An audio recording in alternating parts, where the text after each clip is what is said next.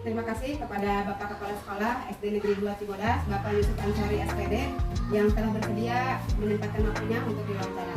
Baik Pak, saya tujuan saya di sini atau tujuan sekarang yaitu saya ingin mewawancarai Bapak bagaimana cara menggali informasi pengambilan keputusan dalam dilema etika dan kedudukan moral. Oke, insya Allah saya akan membantu dalam dialog ini atau wawancara ini sebisa saya lakukan. Saya siap insya Allah. Baik Pak, pertanyaan pertama, selama ini bagaimana Bapak dapat mengidentifikasi kasus-kasus yang merupakan dilema etika atau kedudukan moral?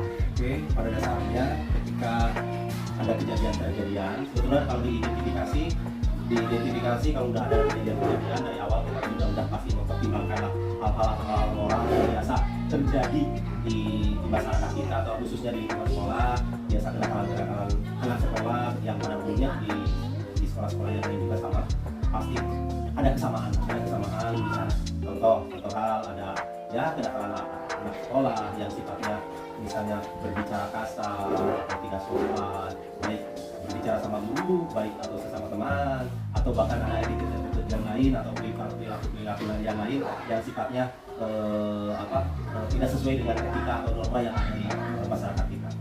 Baik Pak, terima kasih. Selanjutnya, selama ini bagaimana Bapak menjalankan pengambilan keputusan di sekolah Bapak, terutama untuk kasus-kasus di mana ada dua kepentingan yang sama-sama benar atau sama-sama mengandung nilai kebajikan? Oke, pada intinya atau pada dasarnya ketika kita menghadapi kayak itu, masalah kayak itu sebetulnya mah bisa dilema. Ya, kadang-kadang kita harus mempertimbangkan di mana ini orang pemudi, di mana ini perilaku ini di masyarakat dan lain-lain sebagainya. Tapi yang terpenting kita sebagai kepala sekolah atau decision maker-nya, intinya kita sesuaikan sama norma agama, norma negara, sama norma sosial. Sehingga ketika kita penyampaian atau mengambil keputusan tersebut, istilahnya kesana aman, kesini aman, tidak belah sebelah dan lain-lain sebagainya. Dan hal yang terpenting atau hal yang utama kita perhitungkan psikologis anak itu sendiri, sehingga anak ketika diputuskan salah misalnya, kalau salah ataupun jelek atau apa, psikologis anak tidak merasa tertekan.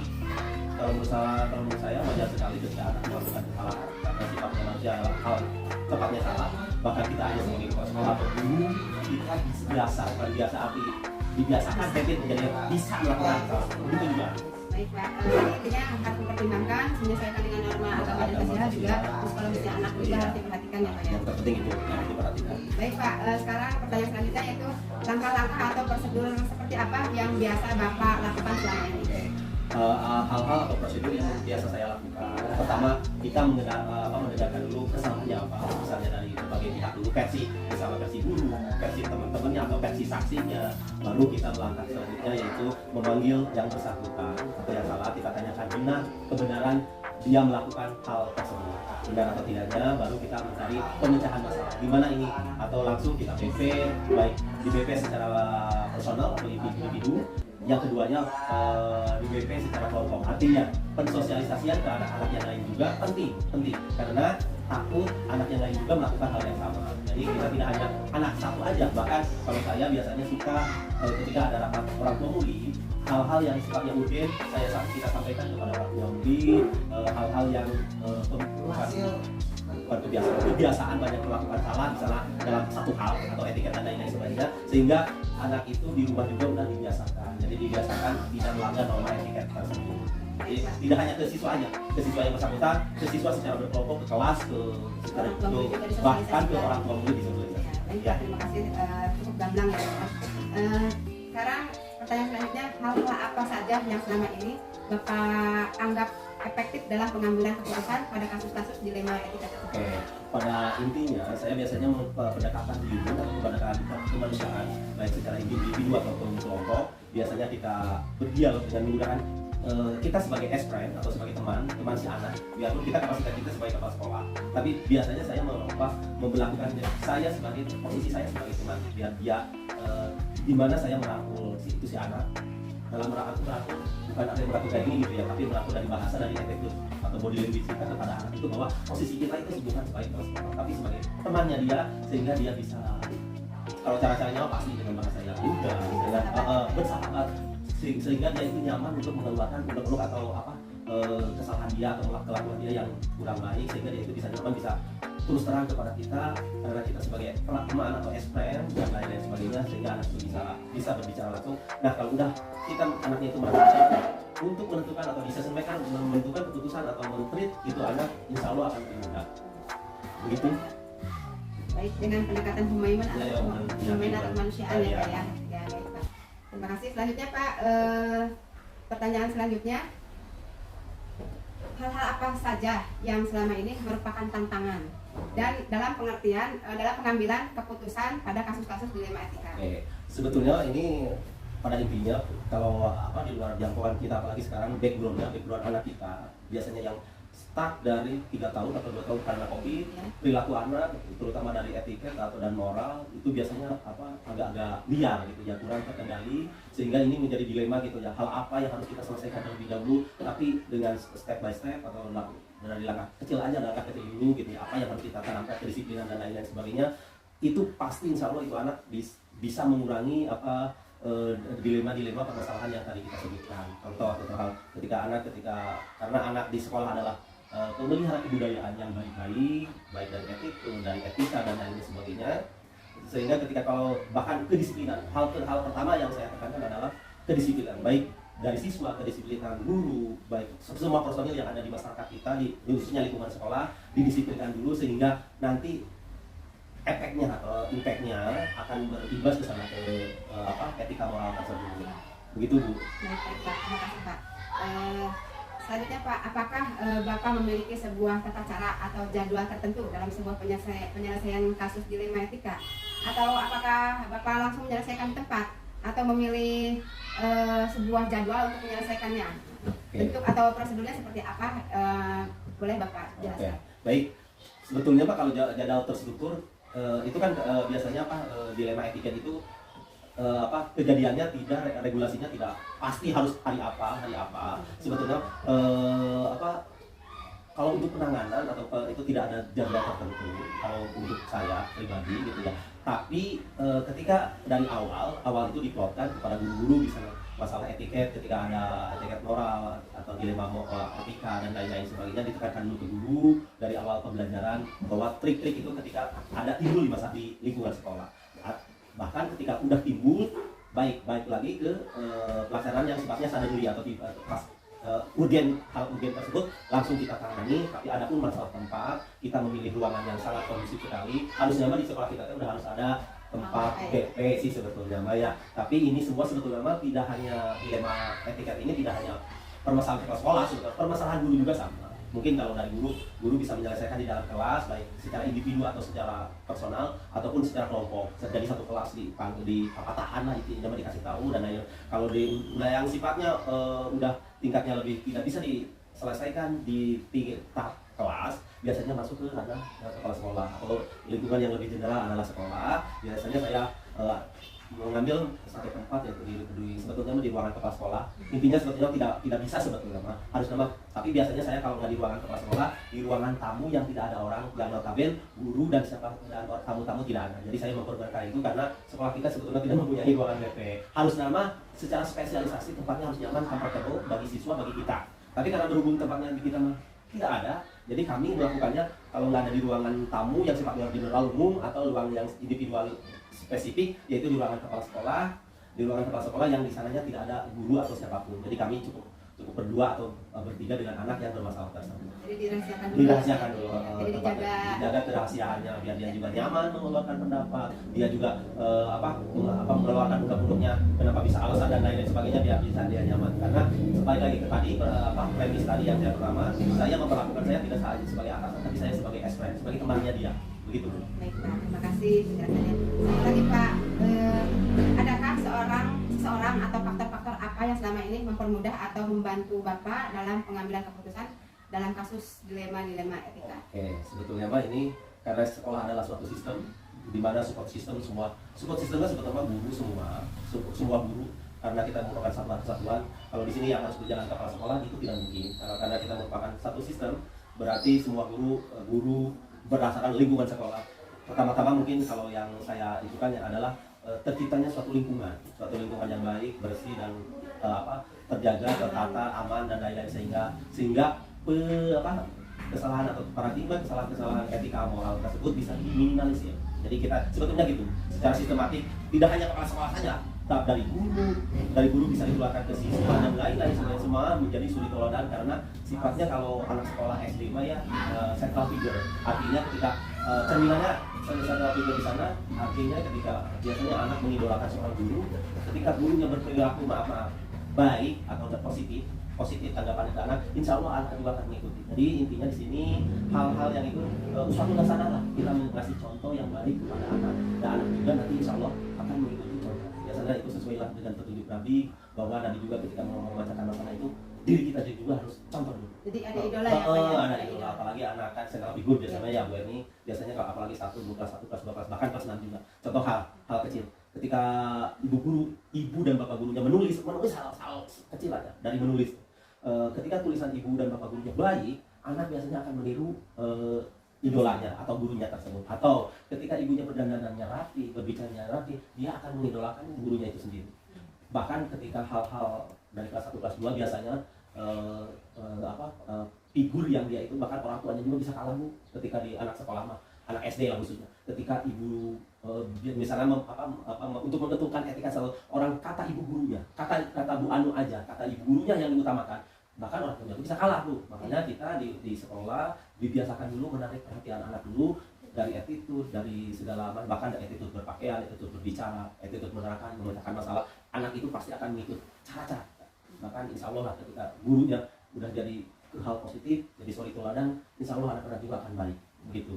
Baik Pak. Satu lagi nih Pak, Oke, dari semua siap. hal yang Bapak sampaikan, pembelajaran apa yang Bapak petik dari pengalaman Bapak mengambil keputusan dilema etika?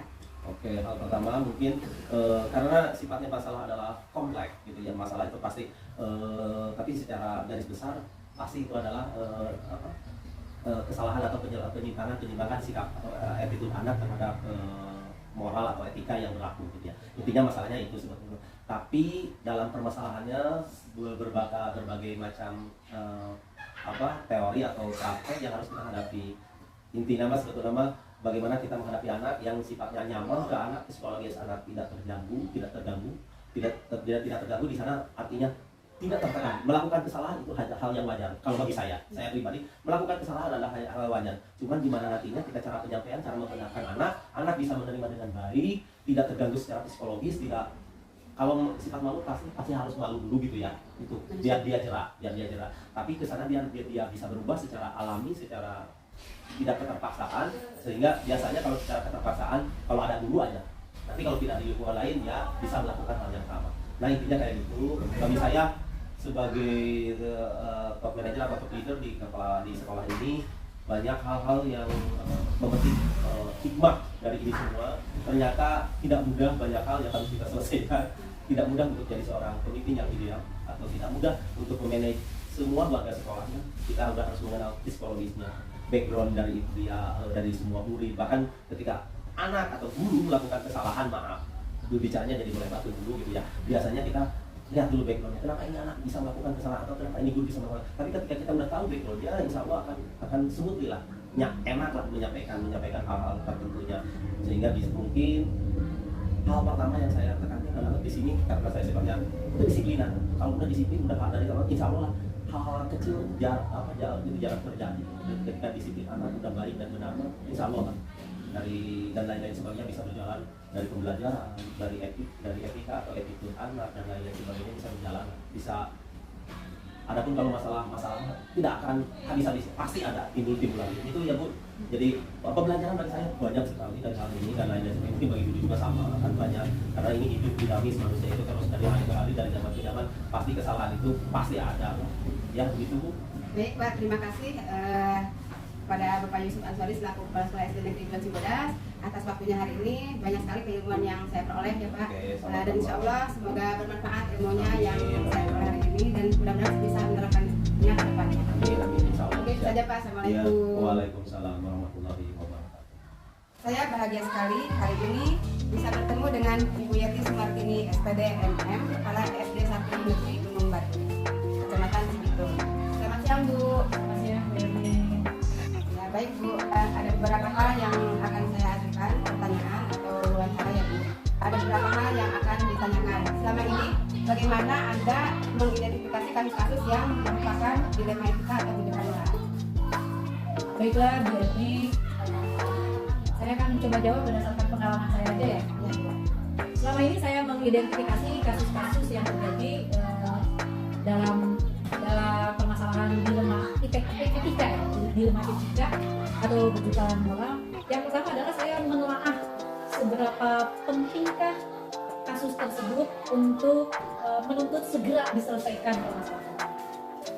Terus data-data apa saja yang mendukung saya untuk segera bisa menentukan kebijakan sehingga permasalahan tersebut segera bisa dimulai. Mungkin itu berarti. Baik Bu, pertanyaan selanjutnya yaitu selama ini bagaimana Anda menjalankan pengambilan keputusan di sekolah Anda, terutama untuk kasus-kasus di mana ada dua kepentingan yang sama-sama benar atau sama-sama mengandung nilai kebajikan.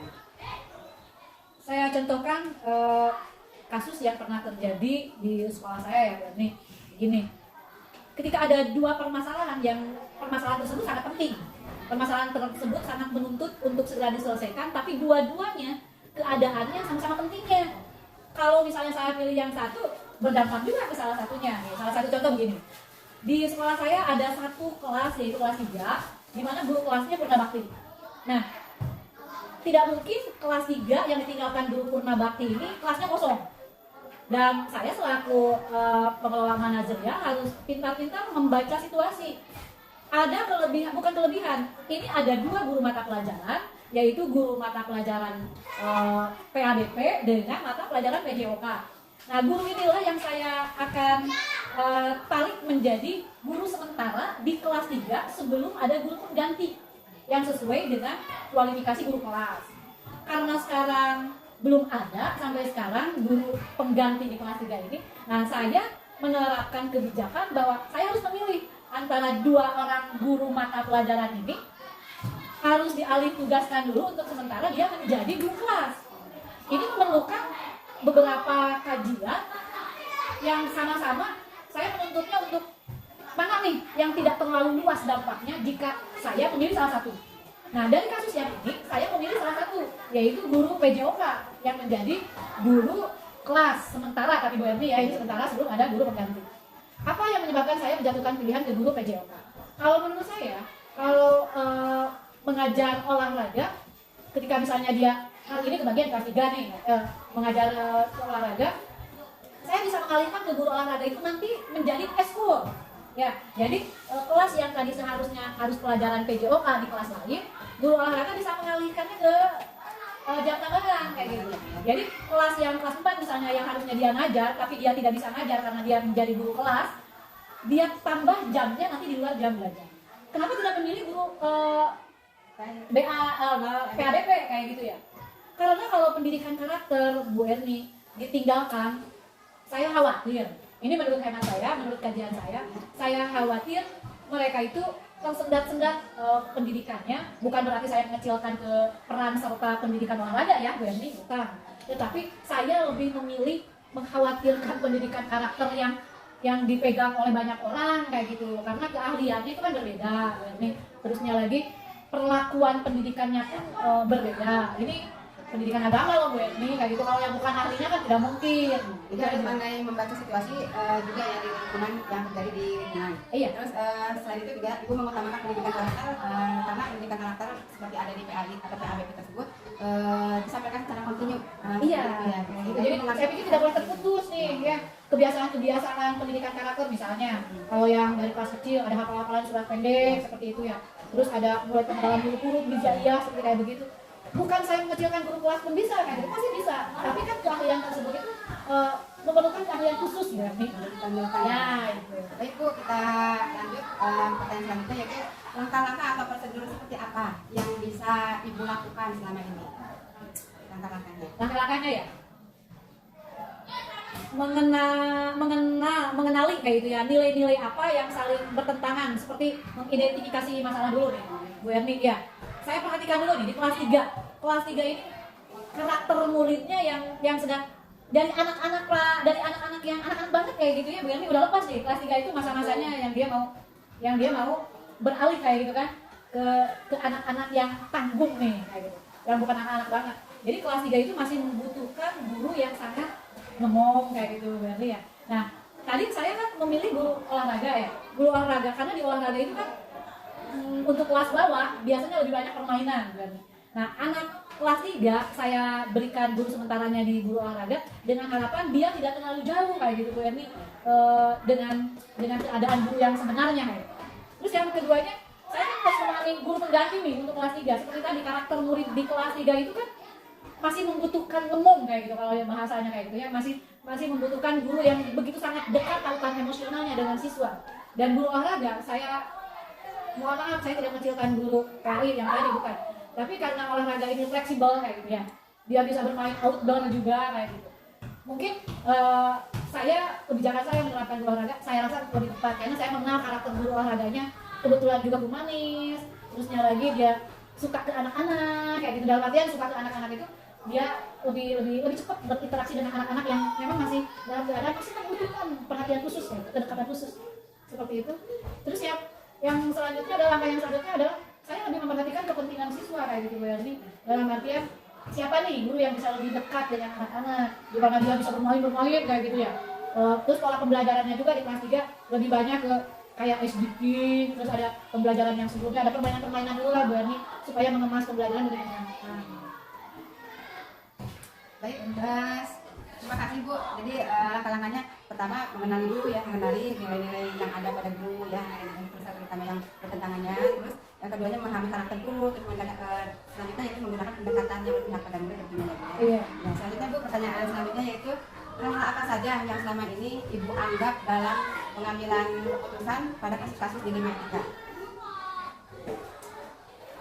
Kalau menurut saya hal yang paling efektif ya, secara umum pendekatan personal ya.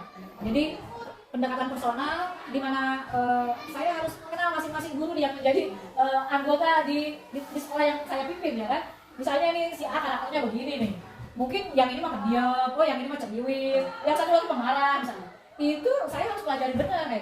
Ketika nanti ada permasalahan yang muncul di dalam kelas, yang seperti tadi nih, ada permasalahan yang muncul di dalam kelas atau misalnya ada pengaduan dari warga nih, seperti itu, saya harus menerapkannya selain dari pendekatan personal, saya harus melakukan pendekatan secara emosional. Ya, jadi dengan masing-masing guru saya harus membangun kedekatan emosi. Dalam artian, bagaimana saya harus menyikapi misalnya nih, di kelas 1 namanya Pak Angga. Pak Angga mah orangnya sangat ceria kayak gitu kan, anak muda banget. Berarti saya kalau memperlakukan dia, saya harus bisa menjadi dunianya kayak gitu, dunia anak muda nih seperti apa. Tapi saya akan berbeda ketika saya menghadapi guru kelas 3. Guru kelas 3 ini guru senior kayak gitu kan. Saya nggak bisa main-main yang terawas terimis kayak gitu, nggak bisa Bu Erni. Nah, pendekatan emosional seperti itu. Yang ketiganya untuk menentukan bagaimana efektivitas saya menerapkan kebijakan untuk mengambil keputusan berbasis data.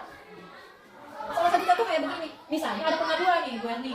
Misalnya di salah satu contoh di kelas 1 ada muncul pengaduan, kata orang tua siswanya, Bu kepala sekolah saya tidak terima anak saya tadi dipukul sama guru kelas 1. Nah, saya tidak mungkin langsung menerapkan hukuman atau sanksi terhadap guru kelas 1 sebelum saya memiliki data-data yang akurat Bu Erni. Saya cross check dulu mana nih yang menjadi pengaduan dari orang tua murid. Nah, saya harus cross check. Saya dekati guru kelas 1-nya secara personal, secara emosional. Saya ngobrol dulu, ajak ngobrol pelan-pelan muridnya dengan pendekatan yang sedemikian rupa. Saya menemukan titik temu nih. Oh, ternyata permasalahannya tidak sekeboh yang dilaporkan oleh pengaduan oleh orang tua murid tersebut. Setelah itu, saya cari data lain. Misalnya, pada saat kejadian di hari itu, saya masuk nih ke kelasnya, saya tanya anak-anak kalau hari kemarin Bu Yayat ada ngajar di sini? Ada, kebetulan kan namanya Bu Yayat nih kelas 1. Ada. Coba anak-anak ingat kemarin ada yang dipukul nggak sama Bu Yayat? Kata anak-anak itu nggak ada Ibu, bukan dipukul Ibu begini. Nah, data itu yang harus saya olah. Nah, data yang akurat. Nanti dari basic data tersebut, dari pendekatan emosional dengan guru kelasnya, saya juga pendekatan emosional dengan wali muridnya. Di situ nanti kita akan ketemu bagaimana cara pemecahannya supaya apa? Guru kelas yang saya bicarakan, yang saya panggil terkait pengaduan itu tidak merasa terpuruk harga dirinya, tidak merasa juga tercemar nama baiknya keluar. Walaupun misalnya saya panggil, dia merasa tetap enjoy gitu. Tidak merasa bahwa wah ini saya sedang dihakimi oleh kepala sekolah. Tidak merasa seperti itu. dan orang tua murid yang melapor merasa direspon sama kita kayak gitu. Walaupun kita istilahnya kayak tenang Bu, nanti saya hukum gurunya, tidak ada bahasa seperti itu. Kenapa? Karena tetap kita harus menjaga dua pihak. Yang pertama pihak kenyamanan guru saya nih, staf pengajar di sekolah. Yang kedua adalah kenyamanan murid saya. Bisa saja nanti muridnya dibully sama teman-temannya. Ih kamu mah aduan nih. Nah, itu harus dijaga. Bisa barangkali. Terima kasih. Baik Bu, terima kasih jawabannya. Ya, kita lanjut ke pertanyaan selanjutnya. Hal-hal apa yang selama ini merupakan tantangan dan dalam pengambilan keputusan pada kasus-kasus dilema etika? Apa saja yang menjadi tantangan? Biasanya Bu Yani kayak begini. Contohnya yang seperti kasus yang terjadi di pengaduan kelas 1 itu, di mana seorang wali murid datang ke saya merasa tidak enak, anaknya nangis karena menurut pengakuan anaknya dipukul sama gurunya kayak gitu. Tantangan bagi saya untuk menemukan data yang akurat kayak gitu. Kalau benar terjadi, saya harus menerapkan sanksi apa nih sama guru saya kayak gitu kan, sama staf pengajar di sekolah saya. Karena apa? Tetap aja ada etika yang harus saya jaga ke pihak luar. Jangan sampai staf pengajar di sekolah saya itu menjadi bahan omongan publik. Oh, guru kelas 1 di SD Gunung Batu 1 tuh ternyata ringan tangan. Nah, tantangannya adalah bagaimana saya memanggil guru tersebut biar dia tidak merasa terhakimi kayak gitu. Dia tidak merasa menjadi terdakwa kayak gitu. Terusnya lagi, kalau misalnya dia terbukti memang secara data dia salah, secara pengaduan masyarakat juga salah, ketika disinkronkan, ternyata memang staf pengajar saya yang salah. Saya tetap harus ada rasa kayak gini. Perlindungan tetap, tetapi sanksi juga harus tetap jalan. Nah, hal-hal yang seperti itulah Bu Yani kadang-kadang menjadi tantangan di jiwa saya ya sebagai pemimpin. Bagaimana sebaik-baiknya saya harus menyikapinya. Nah, saya selalu mengambil pendekatan secara emosional. Jadi walaupun saya menjatuhkan sanksi sama beliau, dia bisa menerima dengan lapang dada tanpa merasa saya menekannya. Jadi kurang nyaman ya Bu kalau sampai masuk ke media sosial. Wah, saya justru yang diantisipasi itu kenapa kita harus quick respon kayak gitu ya. Kenapa kita harus cepat merespon sekecil apapun pengaduan dari warga masyarakat terhadap keadaan di sekolah, sekecil apapun harus segera kita tanggapi. Kenapa? Karena kalau tidak demikian, nah itu sekarang kan zaman viral, ya kan? Nah itu yang harus kita jaga. Biar yang viral itu, jangan yang viralnya, jangan yang jeleknya Bu Ermi. Positif ya. Nah itu dia. Baik Bu, sangat jelas sekali ya. Kita lanjut pertanyaan selanjutnya yaitu apakah Ibu memiliki sebuah tata cara atau jadwal tertentu dalam sebuah penyelesaian kasus dilema etika? Apakah Ibu langsung menyelesaikannya di tempat atau memiliki sebuah jadwal untuk menyelesaikannya? Bentuk atau prosedur seperti apa yang Ibu jalankan? Nah di kasus yang tadi ya, yang contoh tadi ya ada pemukulan itu kan Bu. Saya kan tidak mungkin Bu Erni, pas begitu ada pengaduan orang tuanya bawa anaknya yang nangis itu karena bilang dipukul sama gurunya, saya langsung datang ke kelas 1 gebrak meja ke guru kelas 1, kenapa ini anak sampai menangis kayak begitu? Katanya dipukul bagaimana? Saya kan tidak mungkin seperti itu Bu. Selaku pengelola manajerial sekolah, tetap yang tadi diterapkan Bu. Ada pendekatan personal, emosional. Nah untuk bisa sampai saya hal-hal yang seperti itu digali lebih dalam lagi latar belakangnya kenapa. Kalau misalnya benar berarti guru kelas 1 tersebut sampai mukul itu anak ya, kan saya harus mencari data dulu benar tidak. Nah kalau benar ternyata benar misalnya ya dia tuh mukul, nah berarti saya harus mencari latar belakang kenapa dia sampai menjadi emosional seperti itu.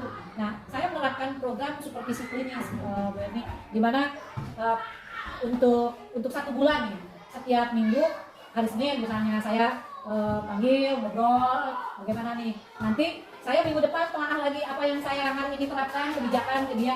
Oh coba sekarang, kalau misalnya latar belakangnya memang urusan di keluarga nih Bu Erni, mungkin kayak gini, mungkin dia sedang tidak nyaman dengan keluarganya, mungkin ada permasalahan di keluarganya. Saya pasti akan menyarankan ke dia, coba diselesaikan dulu permasalahan keluarganya. Nah setelah itu kan ditelaah, bagaimana setelah rapi nih urusan di keluarganya, bagaimana sikap dia di kelas. Sekarang pengajarnya bagaimana nih? Apa dia lebih santai, lebih humanis kayak gitu. Nah setelah itu kan saya ada pemanggilan lagi. Jadi terstruktur lah kayak gitu Bu Erni. Jadi tidak langsung menyelesaikan di tempat dengan arogannya saya menjatuhkan hukuman ya. Sebelum saya menerapkan sanksi kalau fatal ya Bu Erni. Kalau misalnya memang itu harus hanya sebatas pembinaan, ya kita pembinaan saja. Kecuali kalau misalnya dia fatal sampai anak itu masuk rumah sakit, itu kan beda Bu Erni. Karena hukum ya. Kalau sudah ranah hukum mungkin kita konsultasi hukumnya juga udah dulu. Terima kasih Bu, sudah jelas sekali ya penjelasannya. Baik, sekarang kita lanjut lagi Bu. Pertanyaannya yaitu, adakah seseorang atau faktor-faktor apa yang selama ini mempermudah atau membantu Ibu dalam pengambilan keputusan dalam kasus dilema etika? Biasanya Bu Erni, saya itu selalu sharing dengan rekan sejawat. Kan ada forum komunikasi kepala sekolah. Nah, pada saat ada pertemuan forum kepala sekolah, bukan berarti saya membukakan aib gitu ya di rumah saya sendiri, dalam artian di sekolah saya sendiri, bukan.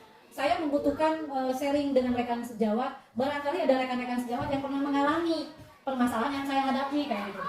Saya menggali pengalaman dari beliau, iya, sharing dengan rekan sejawat. Bagaimana dia menerapkan kebijakan di sekolahnya pada saat permasalahan dihadapi sama kayak gitu ya. Supaya saya punya sedikitnya tolak ukur lah kayak gitu Bu Erni. Selain dari apa yang saya terapkan dengan cara saya sendiri kayak gitu ya, dengan pendekatan, dengan karakter saya sendiri kayak gitu kan. Karena belum tentu Bu Erni teman-teman saya menerapkan seperti saya kayak gitu. Nah saya ingin tahu, makanya saya sharing. Ketika yang hasil sharing itu diterapkan mentok juga nih Bu Erni, saya pasti mengkomunikasikannya dengan atasan saya, mungkin dengan pengawas bina di sekolah. Bagaimana nih Pak, saya tuh sudah menerapkan pembinaan sampai begini, tapi kok gurunya masih begini-begini aja Pak. Saya pasti memerlukan yang lebih atas dari saya, baik pengalamannya maupun jabatannya, dengan harapan saya memiliki nanti kebijakan, kalau saya mengambil kebijakan terasa nyaman ke saya, nyaman ke pihak gurunya. Baik Bu, terima kasih. Selanjutnya Bu, satu lagi nih, Ya. dari semua hal yang telah disampaikan, pembelajaran apa yang dapat Ibu petik dari pengalaman Ibu selama mengambil keputusan dilema etika? Ya, baik, ya. Izin dulu ya Bu Erni. Boleh.